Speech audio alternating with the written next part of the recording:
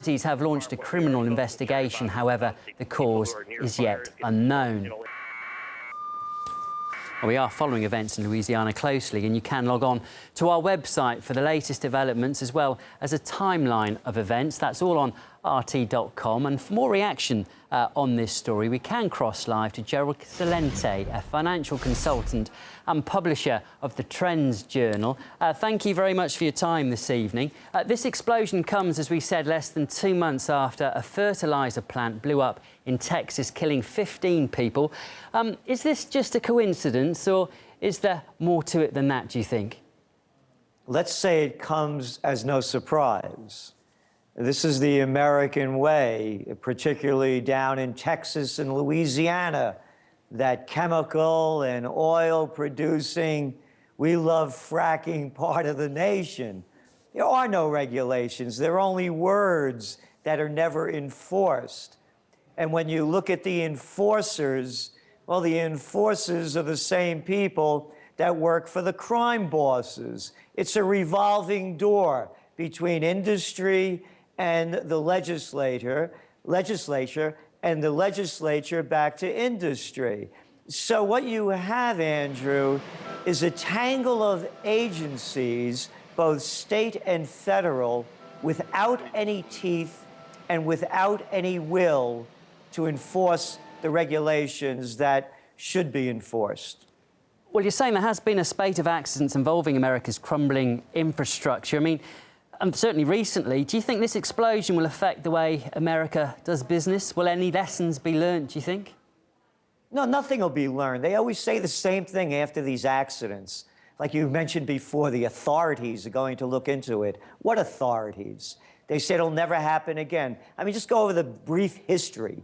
You know, what did we look at? We saw the enormous BP spill, the one that poisoned the Yellow River, the one you mentioned in Texas. And there's a wonderful footnote about how much America cares when you look at the tragedy that wiped out much of that area in Texas. FEMA, the Federal Emergency Management Agency that manages who knows what, has decided that that disaster in Texas does not warrant major distribution of funds or a declaration as a disaster, which means that the people aren't going to be getting any money to rebuild the infrastructure or to rebuild their lives. So if you can't call that a disaster, oh, you only lost a couple of people in Louisiana, let's not call that a disaster either.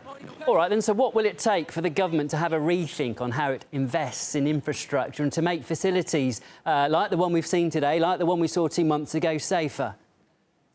They're not going to do it. It's not in the mentality of who's in charge. Look, we have nuclear power plant problems that they report on every now and then, and they don't do anything about it. What happens when one of those goes? Look what happened in Japan with Fukushima. It becomes business as usual again because it's the same people that represent the industry that are running the government.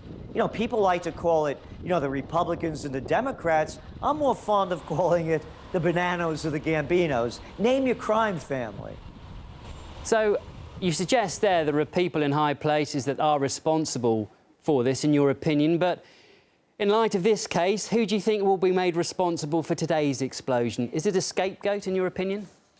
Well, look what's going on with the other things that are coming out in the States about the IRS, you know, making it hard for people that they don't like to get different kind of tax breaks. And who do they blame? Low-level bureaucrats. It's always low-level bureaucrats. The guys and gals up at the top never take the hit.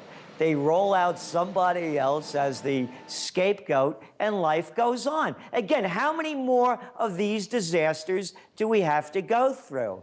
Again, you saw it's not only the United States, it's global. Look what happened with Fukushima. Every week you pick up the news, oh, they're leaking more radiation. Oh, they have another problem. And the same thing in the States. I read the reports coming out about the disasters that are waiting to happen with the nuclear power plants in the U.S. And where does it make it? to the back pages of maybe the New York Times. What can we do, Gerald? Nothing.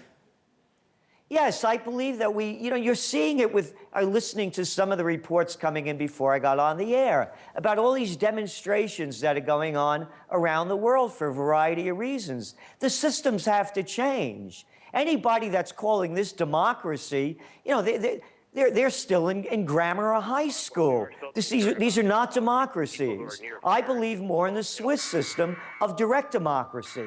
The people have to vote on issues. We don't have a democratic representation. They represent the people who give them the most amount of money or have the most amount of power. In the U.S., we have a gang of 535 congressmen and senators telling 315 million people how to tie their shoes, what to eat for breakfast, and how to drive their car. Mr. Celente, thank you. We have run out of time. We could have spoken for many more minutes, I think. But that is Gerald Celente, publisher of the Trends Journal, live from Kingston. Thank you. Thank you.